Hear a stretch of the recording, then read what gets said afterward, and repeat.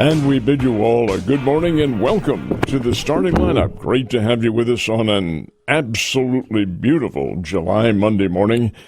Ned Reynolds along with Scott Purrier. And for the next 2 hours, we're right here talking sports and whatever. Like to hear from you on the starting lineup phone line, which is 417, of course, that's the area code, 447-1021, 447-1021. That is for both texting and to talk to us on the air. And hey, either one is just great. Love to hear from you. Starting lineup brought to you by Play It Again Sports, Fremont Shopping Center, Battlefield in Fremont, Springfield. You can't possibly go wrong with a visit to Play It Again Sports. They have everything you could possibly want athletically, uniforms included. Hey, stop on down there, pay them a visit. It is air conditioned, I'm quite sure. Yeah.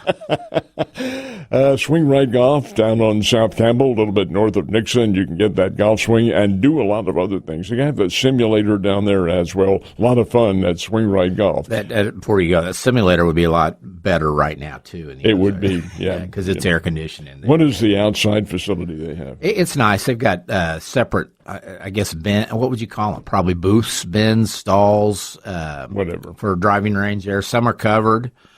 Which is great during the winter if you want to block. The building blocks the north wind, and of course it's down in that kind of valley anyway. But so they've got a setup where you can get underneath cover or outside cover, but take cover if there's somebody next to you that doesn't know what they're doing. by Citizens Bank of Rogersville with two routes. That's what they call their branches, routes.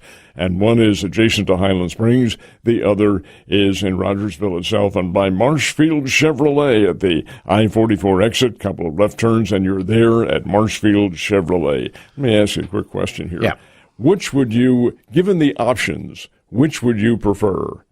Ultra heat or ultra cold?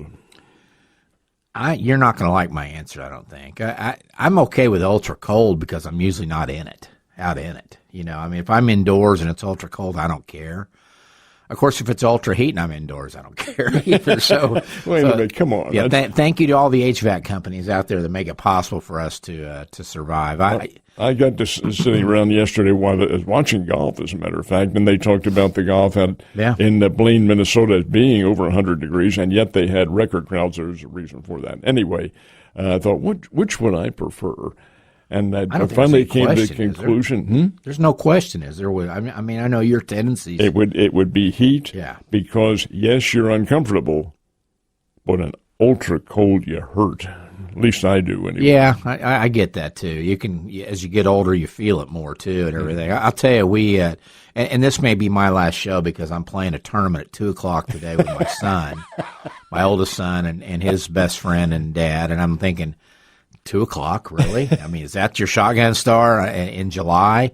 And I think it's actually a hospital putting it on, too. So maybe that's to drum up business. But, my younger son and I, Nate, we went down to play Cliffhangers yesterday at one of Johnny's great 6 courses down there at Big Cedar. And we were supposed to tee off at 2:45, and I got the chance to move to 9:15. That was a good move because we had a nice little breeze. You know, have you been down to Paynes Valley and that whole area? No, I have not. No. So Paynes Valley, Mountaintop, Ozarks National, and Cliffhangers share the same like clubhouse, very top of the hill, beautiful setting, and fortunately up there's a little bit of a breeze, so it was nice for about 2 hours. What time did you end? We got done at noon, which was just the right time to be done because the breeze stopped blowing about the last 3 or 4 holes, and it was getting a little toasty. But to answer your question, I think I'd take extreme cold just because I'd probably make conditions where I'm not out in it. Sometimes, ladies and gentlemen, you have discovered one of the key differences between co-host Scott Purrier and co-host Ned Reynolds. And I'll say this, that, you know, Cliffhangers is only about a year old now, and it may be my favorite one down there just because it's all par threes, so the driver, you don't have to have you don't hit a driver the entire time. The holes range from about 60 yards to 160, and you can play it in about 3 hours. Were there many people there? They're tee time. They have no trouble booking tee times down there. It's like, what can you get, not when can I play, and so... But no, great time. And the other thing I was going to say over the weekend, you'd be proud of me because I'm not a history buff and you are. And my wife and I went to see The Odyssey. Saturday night. Yeah. And it was almost 3 hours long, and I'm sitting there going into it like, how do I get to check box scores in here and things like that? Because I don't know Homer from Homer Simpson, and all this, and it was really good. The Iliad and the Odyssey. I don't know if you been to a movie. Do you go to theaters at all? Very rarely, but yeah, I have. I can't say recently, but I've been. Yeah, you would like this. Matt Damon's going to win multiple awards for Odysseus, the key role he played there, and the Spider-Man kid was really good in it too. Where was it playing? We went to the Alamo for that one, but it was and I didn't think I could sit through almost 3 hours of a history movie, but I managed. It was really actually good too. Good. You're learning. I am. It's a little late here. I kind of need to finish with a flurry, but yeah. So anyway. Busy weekend, and I'll tell you, traffic right now. Did you encounter more traffic coming in? It was packed this morning. No. As a matter of fact, that's interesting. I get in here about 5 o'clock, 5 a.m. for the other nobody show. out but you at that point. And there was nobody. Yeah. Nobody this morning. I mean, 65 today it's like almost everybody has burned their vacation now. It's like everybody's back to work. But anyway. Well, when you consider when school starts here, which is, 2 or 3 weeks from now, I imagine that is right. Yeah.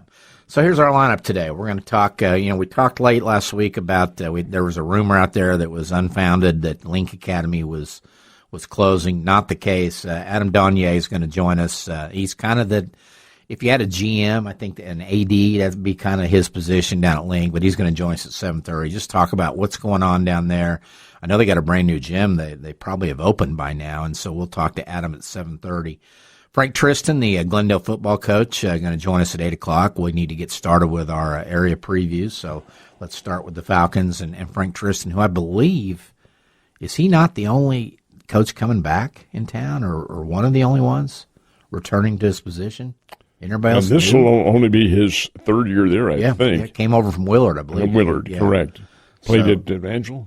Yeah, great guy. Central, of course, is new regardless.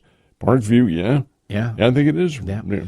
And then, so Frank's going to join us at 8, and then we're going to catch up. Been trying to catch him all summer. We got him. Conzo Martin going to join us at 8:30 to talk about the Bears recruiting class.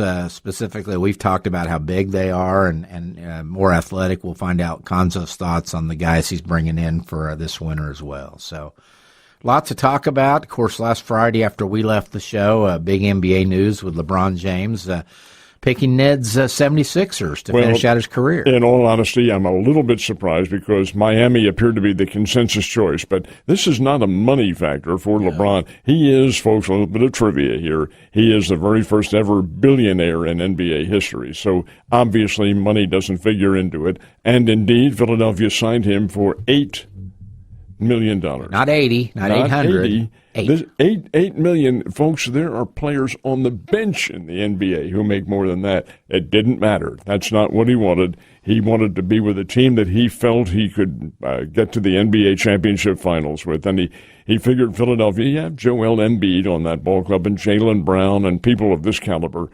I think it's Tyrese Maxey, though, who's the big scorer. He's kind of a mentor for Maxey, too, I think. Exactly. And so that was a big part of it. But, yeah, he going to make less than $4 million a year, I think 3.6.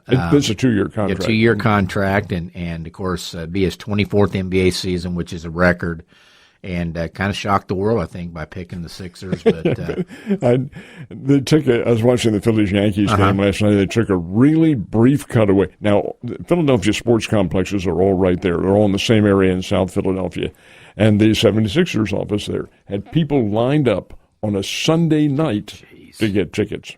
For this season, it's still 4 months, so 3 months away. And the season, they gave an estimation that the season tickets. Well, no, this is an exhibition game. The NBA does their exhibition season a little bit differently from everybody else. They don't schedule them until just about right now. Yeah. They have 2 with the Boston Celtics in the exhibition season, October 10th and the 16th. The 16th one's in Philadelphia.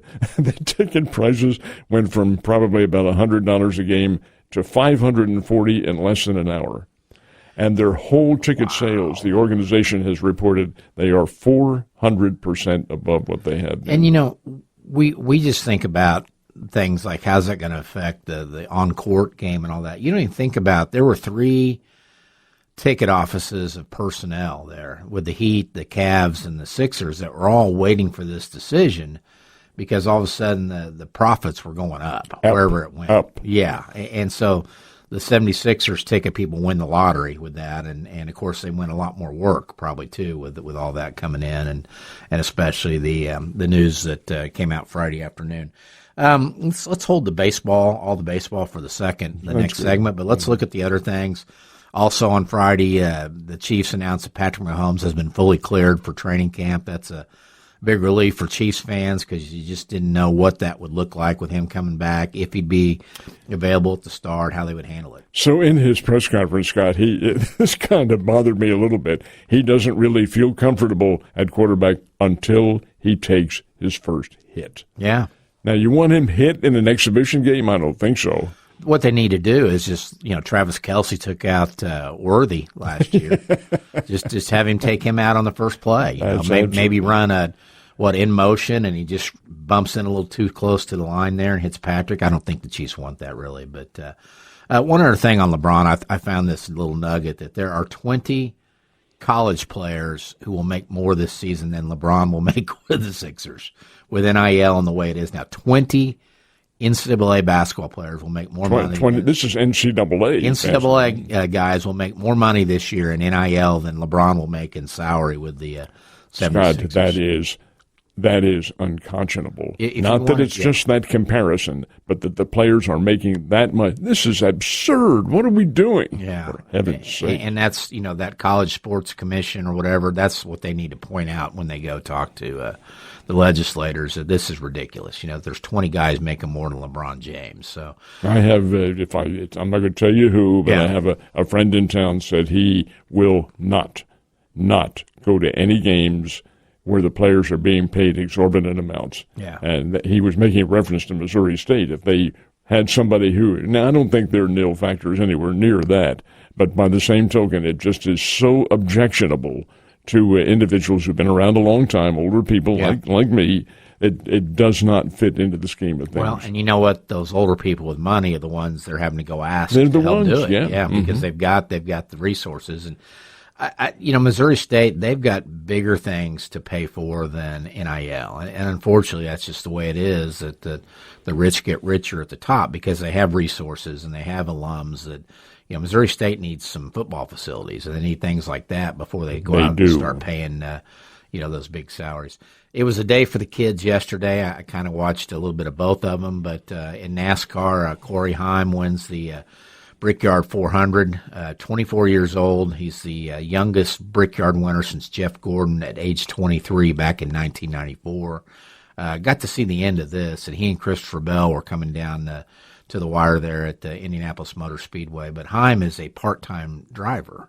Will be full-time next year. He'll be full-time, yeah. And he's won twice this year. He's the first two-time winner as a part-timer since 1987. The other race that he won was the road race out at Coronado Naval Station, which is San Diego Naval Base.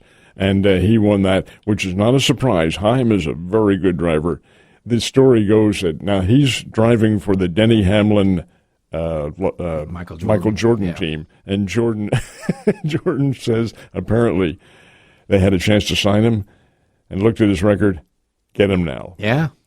Well, I mean, you pair him with Tyler Reddick, you got two pretty good young ones going for a long time. So Corey Heim, no relation to Dennis, I don't believe, is he? I don't think so. Not his nephew, or you got to claim him today. It'd be fun to do. I'll see Dennis a little bit later on. Tell him, ask him, is Corey your nephew? 24-year-old Corey Heim, your winner in NASCAR. Interestingly enough, Tyler Reddick's relative does live here in town. Really? Who's that? As a matter of fact, Mike Reddick. He's a guy.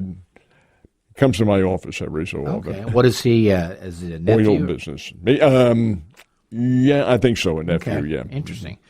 And then in the PGA Tour, Jackson Coyban, the 21-year-old who was just a stud at Auburn, won 2 NCAA titles there, won just about every big tournament you could win. He wins the 3M Classic out on the PGA Tour. He's been a pro for a grand total of 24 days. He goes out and holds off Scotty Scheffler and others, picks up a $1.6 million check to win that. As Ned said, up in Minnesota, it was over 100 degrees up there. It was. They had the heat really came in late Friday and then early Saturday and Sunday. But they had already had great ticket response for this. I got to making some observations here with that. Scheffler played in the thing because he wants his game to be top-notch for the FedEx Classic, but I think maybe 3M may have added a little enticement to this because their ticket sales have been down until that was announced. Oh. What are they? Are they the Scotch tape people? What do they do? Yeah, 3M. What else do they make? Minnesota Mining and Manufacturing. Oh, everything. I mean, you name it. It's a huge company. Yeah. So Koiven wins. Michael Kim shoots a 59 on Friday, which vaulted him into the lead. That didn't sustain. So this is one of those, and we say it all the time, this is a kid to watch. We've had a lot of kids to watch, and it just kind of shows the depth of the PGA Tour, as we were talking with Bill Oakley about. Tell you, though, don't ever bet against Scheffler. Jeez, no. He is so methodical with what he does. But for this weekend, it was almost like him dropping down and playing in a JV basketball game. And that's exactly it. Too. Interestingly enough, the winner in an $8 million purse, which was Koiven, gets about $1.5 million, somewhere around there. Second place, Scheffler, a cool $935,000. Probably made more than that from 3M for appearance fee on that too. Maybe. Uh-huh. Tour de France is over. I can't pronounce the guy's name. Can you? No. Okay. No. He wins it for the 5th time. We're going to say Tadej Pogacar wins for the 5th time in the Tour de France. I literally watched none of this. I'd watched it in the past when Lance Armstrong was in it. And, sure. Yeah, had the American superstar. Do we have an American biker stud guy or not? Don't think so. Don't think so? Mm-mm. So it's kind of right there with tennis then right now, in men's tennis. In a sense, yeah. We had that period of time when there were a number of cyclists. Howard from Glendale High School, the kid who won the triathlon, and so forth. John Howard. Yeah, he brought cycling into the vote because he was American team captain and so forth in the Olympics. But since since the scandals of the cycling world became, I think it's dropped down a little bit. Yeah, people said I'm going to go to something else there, and that was his record-tying 5th Tour de France victory there. A couple NFL notes before we go to break. Just found out here over the weekend, Kyle Shanahan was in a pretty serious car wreck back middle part of this month, and it's going to affect his availability with the Niners at training camp. I think he's delegated some other duties to assistant coaches. But, this is interesting, too, because that auto accident occurred 2 weeks ago, and they finally made it public now. He wasn't on any drinking or anything like that. Neither driver was, apparently. Just one of those things that happened in Palo Alto. And but he was seriously injured. It wasn't life-threatening, but broken nose, broke some ribs, concussion, yeah. And the thing that's interesting in this world now of social media and trying to be first with the story, the Niners, I guess, home core of media people, the Niners were able to get them to keep it quiet for 2 weeks. Why? Yeah, I mean, I think it's the threat of getting blackballed.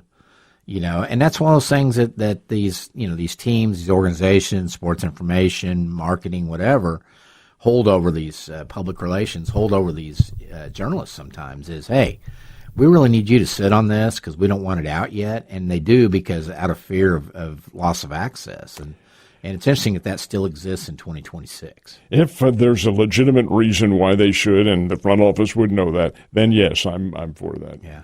One final note, the Arizona Cardinals and Jacoby Brissett have quit fighting over a contract. He now has a 1-year deal, about $16 million. He will be the starting quarterback for Arizona. He was going to be anyway. They just had to figure out how to pay him, and they have now. So Jacoby Brissett will be your guy for the Cardinals.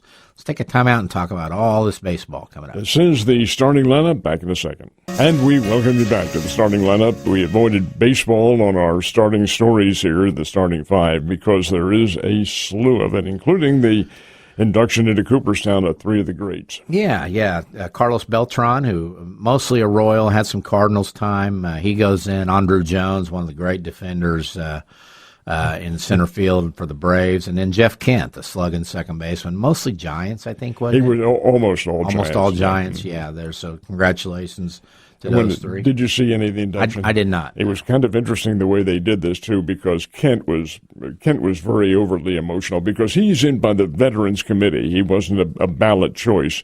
But Kent was probably one of the foremost second basemen in all of baseball at the time he played, which is relatively speaking recently.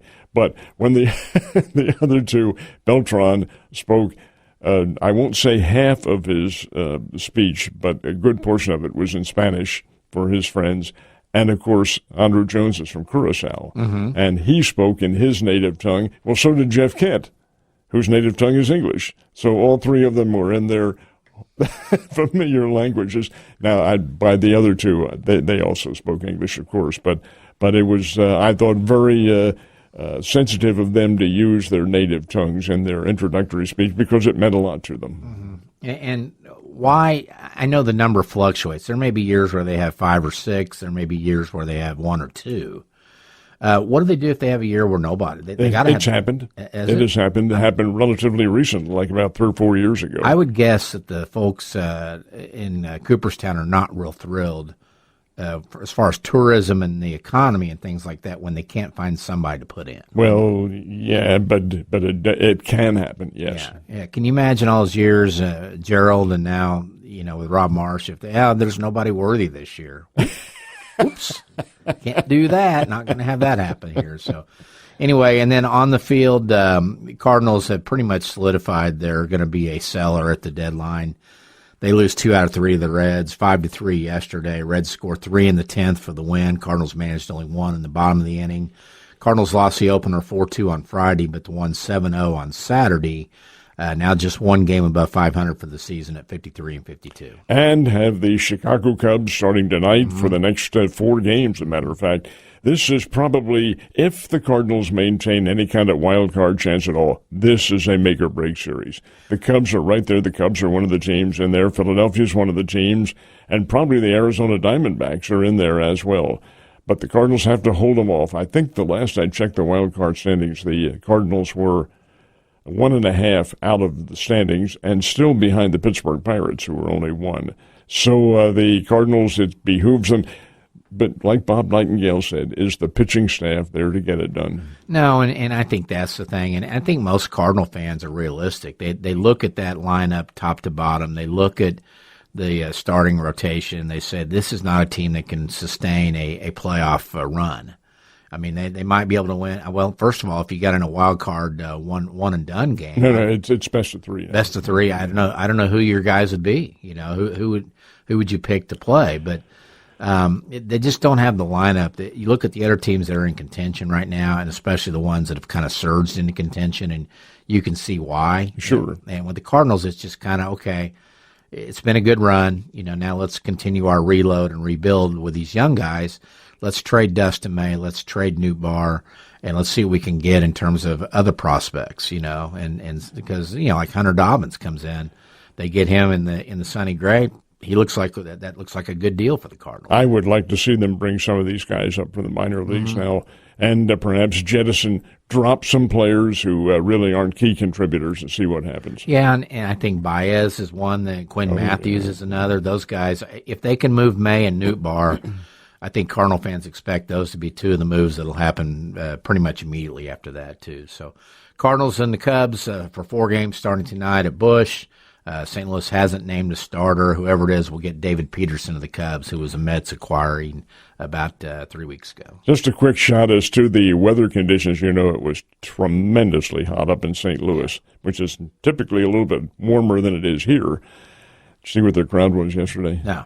This is a Sunday afternoon in St. Louis, usually a time when everybody from the Midwest surrounding area comes in at under 23,000. Really? That's so hot. Still not bad. I mean, that's just so, I mean, and that they had, 30 for the Thursday game that was a rescheduled game, too. Rescheduled, so, yeah. I think if you ask Matt Gifford and the folks at Busch Stadium, they've got to be pleased that they're not down around 12 and 10 and things like that, because with the doom and gloom of this team going in, it didn't look good, and I think they'd be pretty pleased with where they are right now. Yes, and that the ultimate may happen here in the month of August and September. Well, as football starts up, it's harder to get people in September, especially if you're not in contention too. Cardinals, Cubs for 4, and then you go to Toronto for 3 on the weekend. This is bizarre, and I don't know. I guess they keep stats on everything, but the Royals win the last 2 games in Detroit Saturday and Sunday, which also makes Detroit even more confusing on what they need to do with Tariq Skubal. But I think the Royals now have played 7 consecutive 1-run games. Really? Is that what it is? Yeah, because I remember doing the notes for Thursday, and all 3 games with the Giants were 1-run games. And then all 4 games this weekend, I believe, were 1-run games in Detroit. 7 consecutive.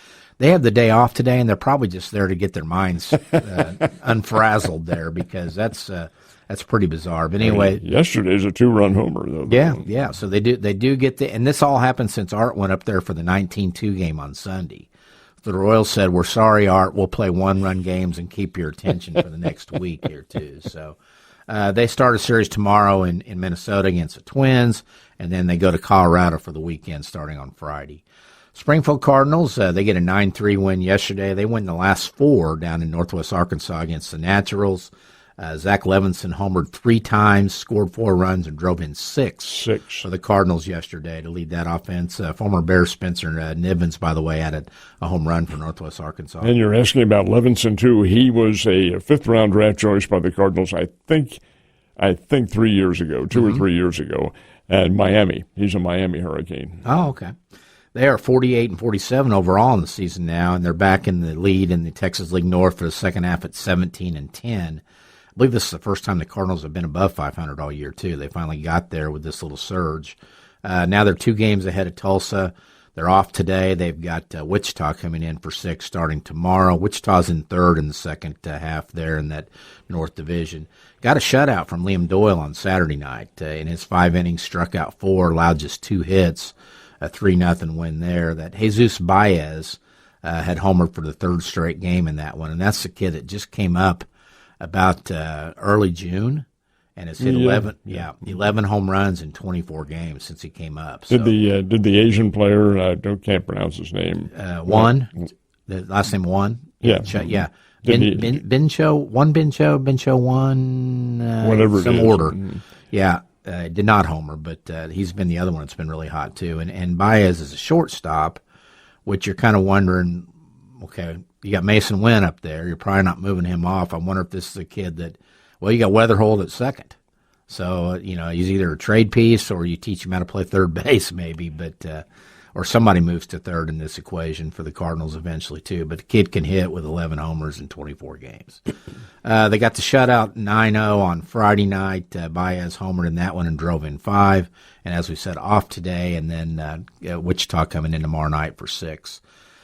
Around the league, got some injuries. Shea Langolier from the Athletics out for the year with a knee injury. All-star. He was expected to be a trade candidate. The A's are going to ship him for prospects probably. Probably not going to happen now. Cody Bellinger goes down for the Yankees. I think their entire starting outfield now is on the IL. And then the Miz, he has quite the outing over the weekend. Can you imagine now, they're playing the Colorado Rockies, and that's a very weak baseball team, no question about that. But here Mizorowski goes out there, the first 7 batters, strikes out the first 7. And then what is it, 12 of 13? Finished with 12 overall. Another, and for a guy, they were going to monitor his usage. That there's a point where when he's mowed down the first 7, you go, okay, let's let him go ahead and keep pitching here too. So let's take a time out and get to our guest. You're listening to the starting lineup. Great to have you with us. The guest coming up. And we thank you very much for being with us on the starting lineup, brought to you by Play It Again Sports, by Swing Right Golf, by Marshfield Chevrolet, and by Citizens Bank at Rogersville. Ned Reynolds along with Scott Purrier. And a special guest. Yeah, last week, I think on Friday maybe, there was some confusion out there about Link Academy down in Branson. Somebody posted on social media that they were done, they were closed, which is completely inaccurate. So we thought, you know what, let's bring Adam Donier on to talk about it. He founded Link. He's the GM, the AD that probably sweeps floors when there's nobody else around, does a little bit of everything. We welcome in Adam. Good morning, Adam. Good morning, Scott. Good morning, Ned. Thanks for having me, you guys. Sir. You betcha. When you saw, or did you get a call, or how did you find out that there was something out there that you guys had closed? I got a phone call. Yeah. I don't hang out much on Facebook or social media for that matter. And your initial reaction was what? Yeah, but I know this, you guys. A lie can travel halfway around the world before the truth even ties its shoes. Wow. Ned, write that down. You need to remember that. Well, he's 100% correct, Yeah. and that's why those of us in the media, now we support some of it, but rail against some of the, the bizarre stories that come out, and yours is one of them. Do you think there's competition that got that out there? You trying to get an edge, or what would you guess? Yeah, I don't want to project. I mean, I know in college sports and sports in general, there's a lot of negative recruiting. People use negative recruiting. We don't believe in negative recruiting. We believe our product sells itself, and so when people come here and see the culture and the facilities, and we rely on that. So I don't know. I don't want to say that's why it got out there, but I don't know where it came from. Well, my first reaction was this can't be right because we just had the new coach on 2 weeks earlier. You got a brand new gym you're opening, and he just came off an NBA draft where five former Link players got selected. And so that it's probably a good time to be Link right now, isn't it? Yeah, and Scott, to your point, we are going to have the most student athletes on this campus in a month and a half than we've ever had. We have our top high school team that will travel nationally and play in the grind session. We have our high school varsity team, which was really successful in the Maple League last year. We'll have our top post-grad team, which is a top 10 every single year. We have our next post-grad team that will compete regionally, and then we have a hybrid team. So we're going to have close to 65 student athletes on campus this fall, which is more than we've ever had and the largest enrollment we've ever had with student enrollment. Adam, what would be your what's your total enrollment? Yeah, so it's going to be 65 because we just have basketball student athletes. That is it. You just the athletes are the only ones down there. For now, we used to host a traditional gap year program, and we've took that off the shelf to kind of reboot it. Okay. And we have plans to bring that back in the next year or two. We haven't decided when yet. Okay. Tell us about the gym. It's right there on the Kennecott campus, correct? How close to your existing gym now, and give us the details on what this means now for your program. Yeah, we just had a big-time recruit on campus yesterday, and we put him in his dorm, Scott, and then we walked, and we counted how long it took to walk from his dorm to the gym, and it took him 90 seconds. Okay, and so then when we took out the phone and we timed it from that gym to the brand new gym that's just across the street, to your point, and that took us another 90 seconds. And so these kids get to live within a minute and a half of a gym they have 24/7 access to. And so we'll actually have access to 3 gyms next year where the kids we're not competing with volleyball. We're not competing with the drama department. I mean, these kids are coming here to get their academics and then get basketball. And so they have 24/7 access to this gym. This brand new gym is bigger than our old gym. It's got seating on both sides. It's elevated seating like those old Indiana gyms. It's got 4 locker rooms. It's got a concession stand. I'm so excited. I was just in there the other day with the recruit, and this thing is sweet. It's got the bells and whistles. It's going to be a really sweet gym. You know, and of course, Branson being the tourist destination it is, does this mean you can bring more home games in, you think? Is that kind of part of the plan as well, maybe some events? Yes, thanks for asking that. Yes, so we're working with 2 organizations to look into host potentially 2 events next year, both in February, because as you know, February, it kind of dies in Branson. Hotels are a lot cheaper. There's a lot more options, but restaurants are still open. And so remember when College of the Ozarks used to host that NAI tournament every year, the city of Branson loved it because it brought in so many people during that dead season.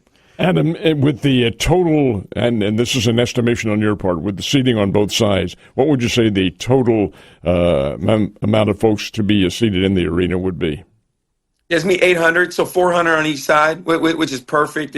You want to feel it packed. You want to feel that audience down on top of you. And so, yeah, it's going to be 800. What was it had to be a fun couple nights NBA draft, more so than ever. And you guys always have at least a couple guys, it seems like, that are Link alums going in the NBA draft, but 5 this year. What was this one like for all you guys, and watching that and seeing the kids that you had, on your campus and your gyms going out and I guess, living the dream. They're getting their name called and they're making money. Yeah, First, I pause and I give God all the credit, all the glory. What Link has become is far more than I ever grasped or imagined. Scott, it's unbelievable. And so what's been really encouraging is the amount of guys that got drafted that have reached out to me. And it's funny, I see in the background you guys have those Chiefs jerseys up, and I've done that exact same thing in my man cave. And I took a picture of this today, Scott and Ned, because my wife hates how I teeter-tottered it like you guys did, which is hilarious. And so she wants it straight across. But Chris Senac and LeBaron and Terrace and Felix and Cam and all of them have already sent me signed jerseys just thanking me and what Link did for them. And so those are down in my man cave right now. And so it was surreal. And what's really neat is them appreciative for the role that Link Academy played, not only in their basketball part, but their faith part while they were here as well. And so, yeah, it's just unbelievable. I couldn't be more grateful and thankful to see it.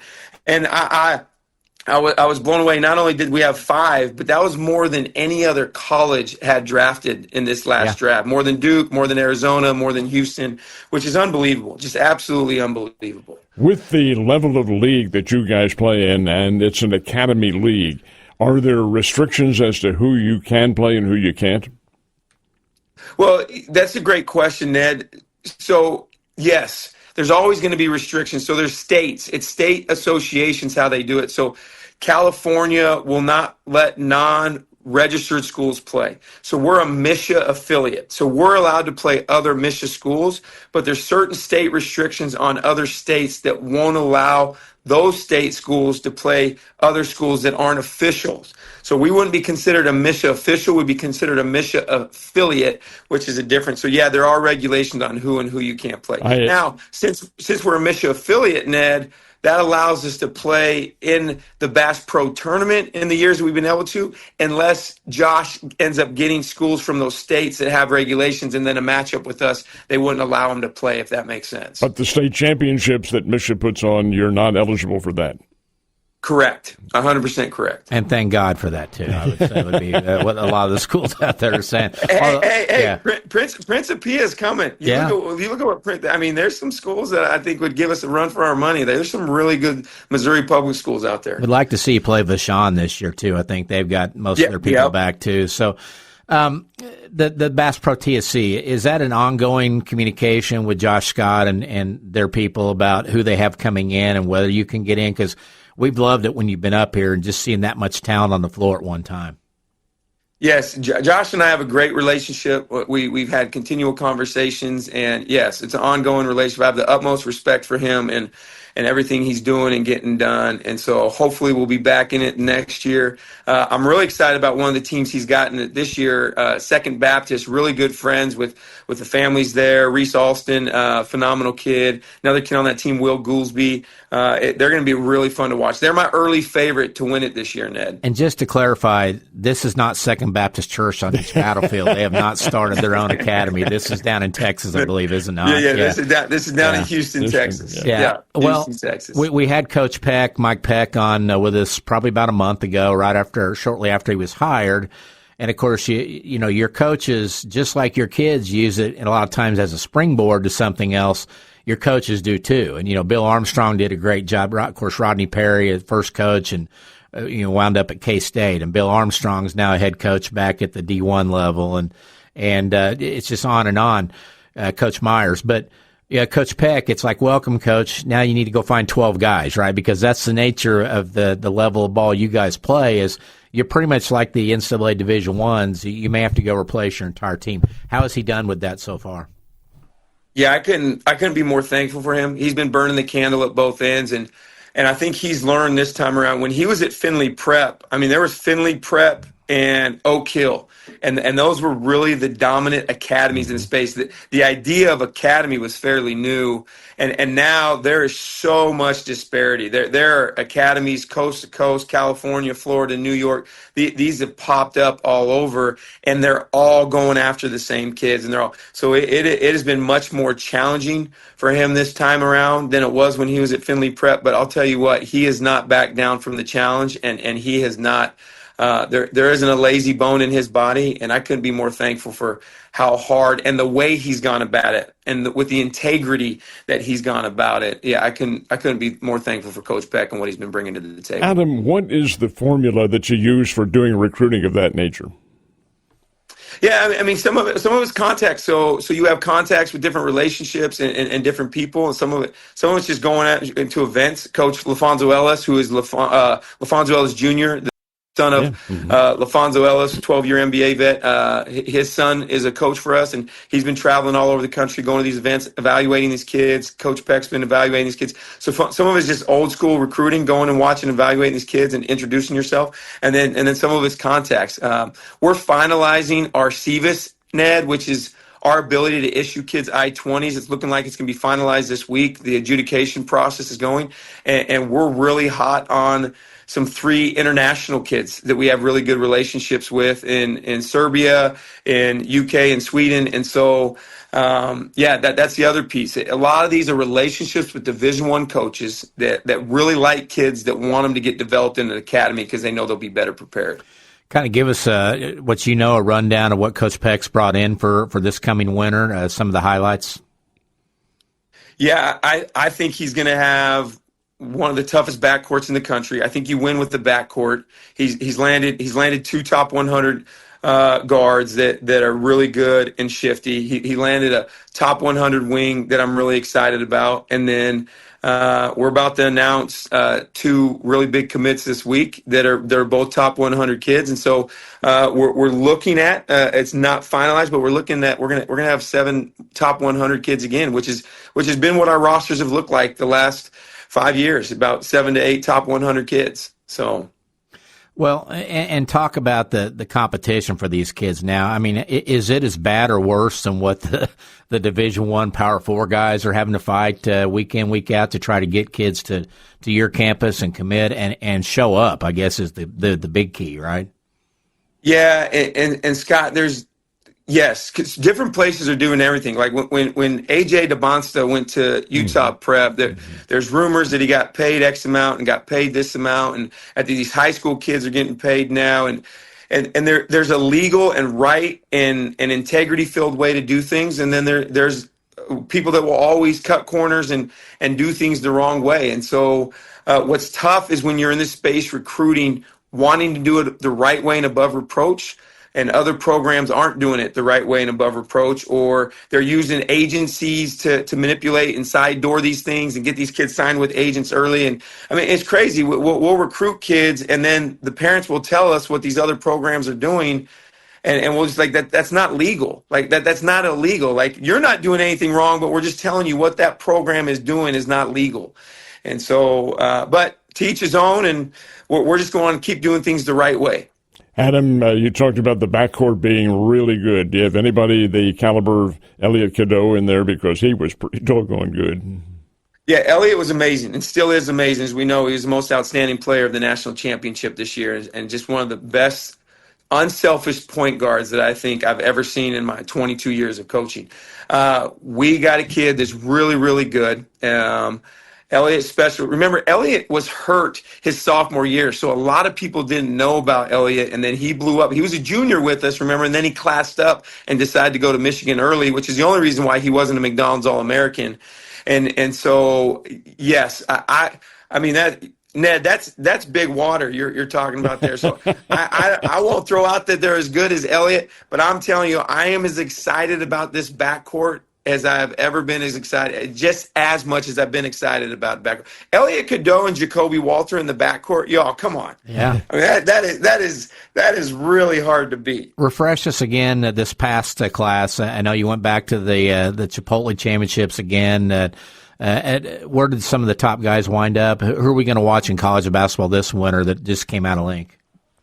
Yeah, I think Taj Ariza is going to be a sleeper. I think he's at Oregon. He's got the most NBA length body, all the things. I think Carlos Medlock Jr., that's playing with one of the GOATs, and Tom Izzo at Michigan State, is going to have a really surprising year. I know he's behind the Fears kid, but Carlos is just a bulldog winner.